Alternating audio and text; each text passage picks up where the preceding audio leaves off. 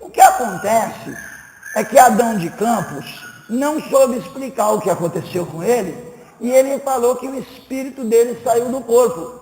E aí começou todo mundo, quando tinha esse arrebatamento, e alguns quando inventavam, porque tem gente que inventa também, a dizer que o espírito sai do corpo. Não sai não, gente.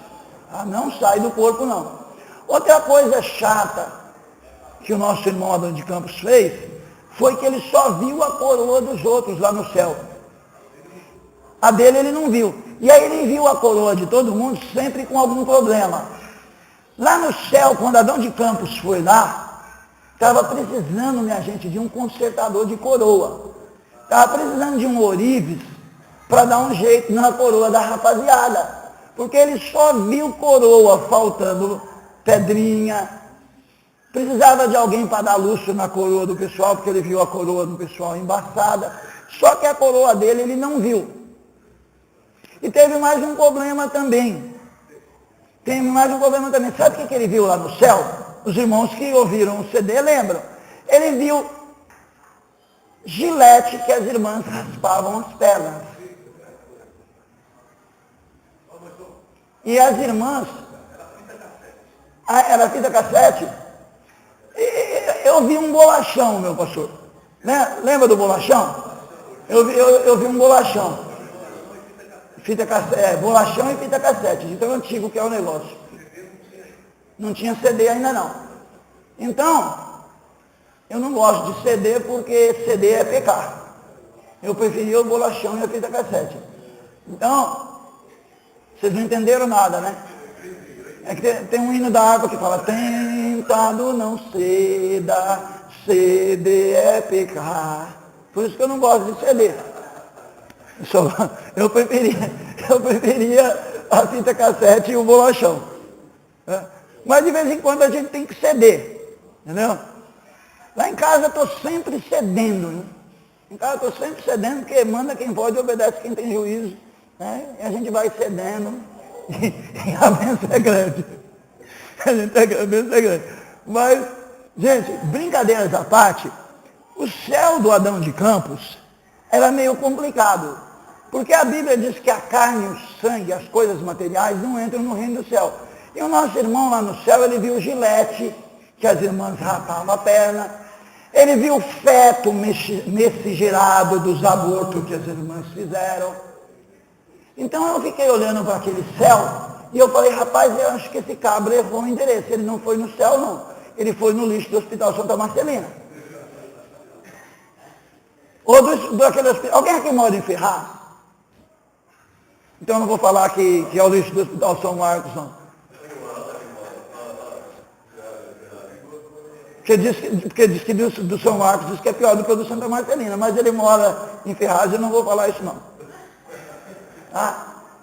Ele não foi no céu não, ele deve ter ido em algum lixão, aí errou o caminho, chegou lá e viu gilete, viu ponta de cabelo, né? As irmãs cortaram o cabelo, as pontas de cabelo viraram fio de ouro, estava lá. Esse céu dele estava meio estranho. E ele foi também no inferno, só que no inferno ele não ficou no céu porque não era na hora dele. No inferno também ele não ficou. Então isso me lembra um negócio que eu li, porque eu gosto de literatura de cordel. Então isso me lembra a chegada de Lampião no inferno, é literatura de cordel. Quando vocês não tiverem o que fazer, de vez em quando eu fico sem o que fazer, porque eu também sou filho de Deus. Quando eu não tenho o que fazer, eu leio literatura de cordel. Chegada de Lampião no inferno, né? O Lampião chegou no inferno pegou fogo. No céu ele chegou, São Pedro falou, rapaz, não dá para você ficar aqui não, você é bagunceiro, desce aí. E aí ele desceu no inferno e tocou terror no inferno. E aí Lampião não ficou nem no inferno, nem no céu. Diz a lenda que Lampião ainda vaga pelo norte e nordeste do Brasil. Literatura de cordel, chegada de Lampião no céu e chegada de Lampião no inferno. Para quem gosta de literatura de cordel, que não tem o que fazer igual eu, também tem a carta do diabo a Roberto Carlos. Sério? Literatura de cordel. Carta do diabo a Roberto Carlos. Pronto, acabou a história. Só essa é a última. Carta de Roberto Carlos. Carta do Satanás para Roberto Carlos. O Satanás escreveu uma carta para o Roberto Carlos reclamando daquela música dele que manda todo mundo para o inferno. Que ele fez uma música para a namorada dele, ele estava meio com frio, ele mandou essa para a namorada. Quero que você me aqueça no inverno e que tudo mais vá para o inferno. E aí, segundo a literatura de Cordel, deu superlotação no inferno. Porque ele mandou, o povão começou a obedecer. O cara é o rei da Jovem Guarda, o cara mandou todo mundo para o inferno, o povão começou a ir para o inferno e deu superlotação. Satanás mandou uma carta de lá e falou, ô meu, você é rei aí, mas aqui o rei sou eu, pega leve que você está bagunçando o meu reino aqui. Ah? Mas, gente, isso aí é só para esfriar a cabeça, porque pensar em teologia 24 horas por dia não é mole. Porque teologia tem história, teologia tem mitologia, teologia tem tudo. Tem tudo. Um teólogo devia ganhar o melhor salário do mundo. Fique tranquilo que isso não é um pedido de aumento, tá bom? É só um comentário. Porque teologia tem de tudo.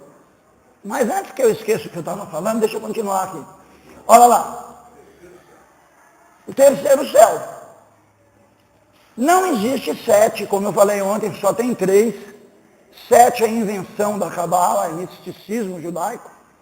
E aí Paulo foi até o terceiro céu e ele descobriu que era lá que estava o paraíso. Jesus transportou o paraíso para lá quando ressuscitou. Então mudou o negócio. Antes de Jesus morrer, vamos só revisar, ímpio de um lado, buraco no meio, justo do outro. Depois que Jesus morreu e ressuscitou, ele desceu lá, largou os ímpios lá, no lugar de tormento, lá no inferno, prisão, e levou o seio de Abraão para o paraíso. Tudo bem, minha gente? Deixa eu explicar uma coisa para vocês aqui.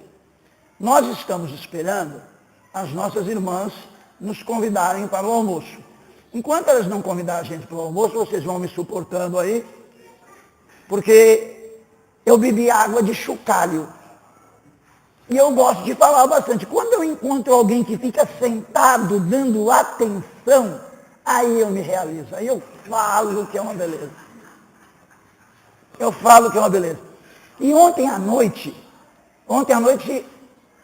eu coloquei em exercício a minha gentileza, a minha ética. Porque a gente tem que aprender a ser gentil, tem que aprender a ser ético na lida com as nossas esposas. Porque se você não aprender por bem, de repente pode entrar em cena um instrumento chamado pau de macarrão. Não são todas as mulheres que têm, não, mas algumas ainda têm. Umas têm pau de macarrão, outras têm greve de silêncio. Então é bom ter ética na hora de lidar com a esposa. E aí estava todo mundo indo embora, meu pastor queria ir embora e a minha esposa estava conversando. Eu não ia entrar, eu não sou bobo, como diz o pastor Vicente, eu só tenho cara de bobo, às vezes nem a cara. Eu não sou bobo, eu fiquei de pé, perto da porta, esperando ela. E ela disse, por que você não entrou no carro? Eu falei, porque é uma falta de gentileza. Se eu entrar no carro, fechar a porta e ficar lá dentro sentado, eu estou te apressando. Se eu ficar de pé na porta, ninguém sabe se eu estou te apressando ou se eu estou perto da porta para abrir a porta do carro para você. Você ainda é aquele amante à moda antiga que manda flores e abre a porta do carro? Se você não for, eu vou te cobrar apenas R$200 por uma aula para você aprender a ser o amante à moda antiga. Tudo bem? Então, gente, é uma sacada.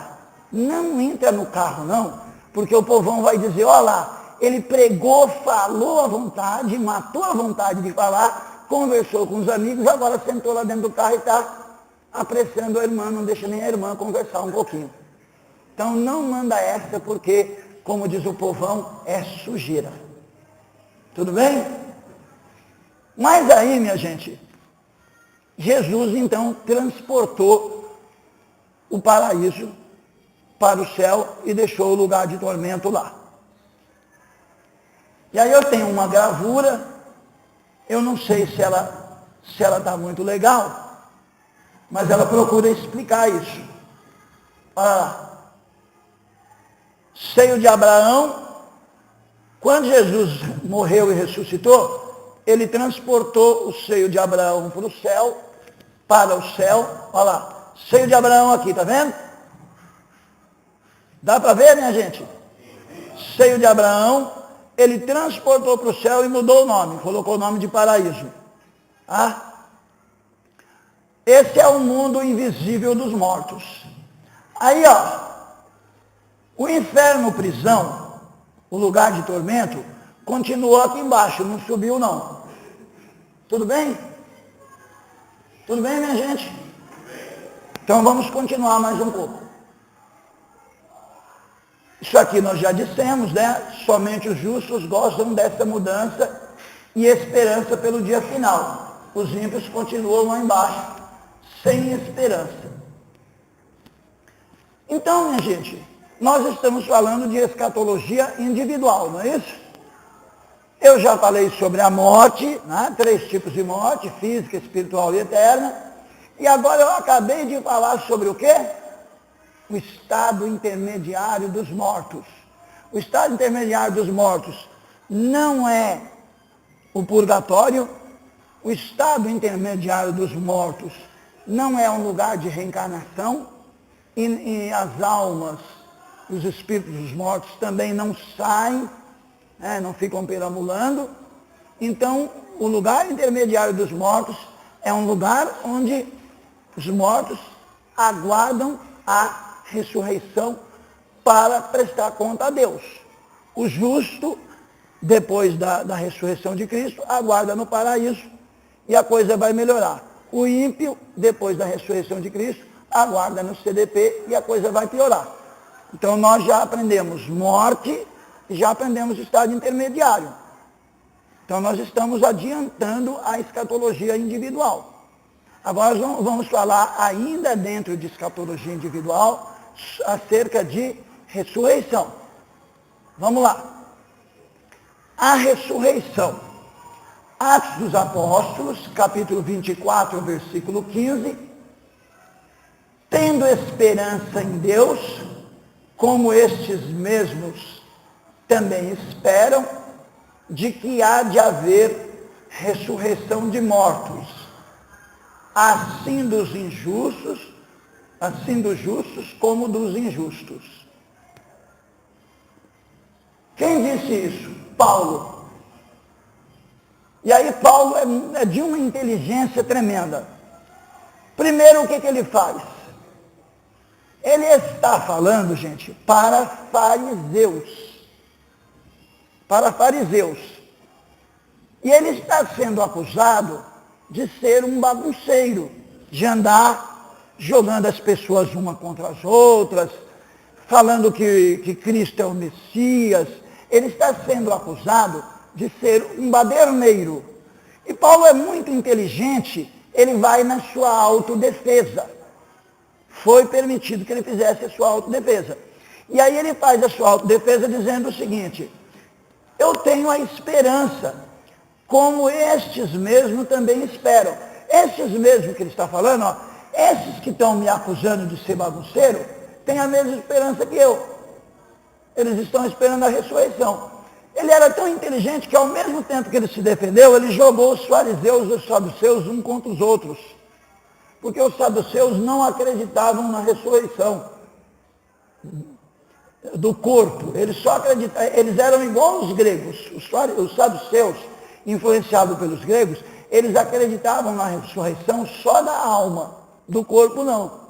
Já os fariseus acreditavam, como está no Antigo Testamento, tanto da alma quanto do corpo. Ele se defende e ainda joga o pessoal um contra o outro. Que ele não é bobo nem nada. Ele diz, olha, eles estão me atacando, mas assim como eles, eu estou esperando a ressurreição, tanto dos justos quanto dos injustos. Atos dos Apóstolos 24, 15, Paulo está falando de ressurreição. Pois bem, então nós temos duas ressurreições. Tem duas mortes, então tem que ter duas ressurreições. A primeira morte é a morte física. Qual que é a solução para a morte física? Aceitar Jesus como Salvador. A segunda morte é a morte eterna. É o castigo eterno. Essa não tem jeito. Se morrer sem Cristo, não tem mais jeito. Então, se tem duas mortes, tem que ter duas ressurreições também, certo? A primeira ressurreição é a ressurreição dos justos para a vida eterna. Quando é que vai acontecer a ressurreição dos justos para a vida eterna? Vamos voltar lá naquele texto bonito. Vem cá, Santo, me ajuda aqui. Isso, não. Vamos lá de novo no nosso texto base. 1 Tessalonicenses, capítulo 4, versículo 13.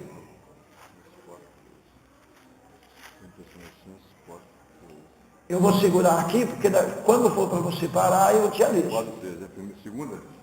Primeira. 4, 13. Pode ler? Pode, por favor.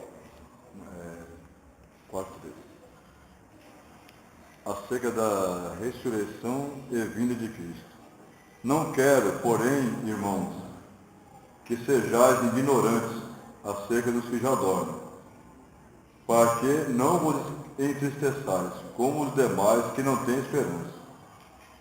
Porque se cremos que Jesus morreu e ressuscitou, assim também aos que em Jesus dormem, Deus os tornará a trazer com ele. Dizemos-vos,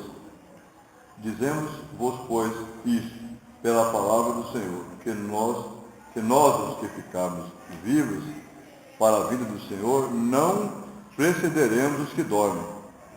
Continua. Porque o mesmo Senhor descerá do céu com alarido e com voz de arcanjo e com trombeta de Deus.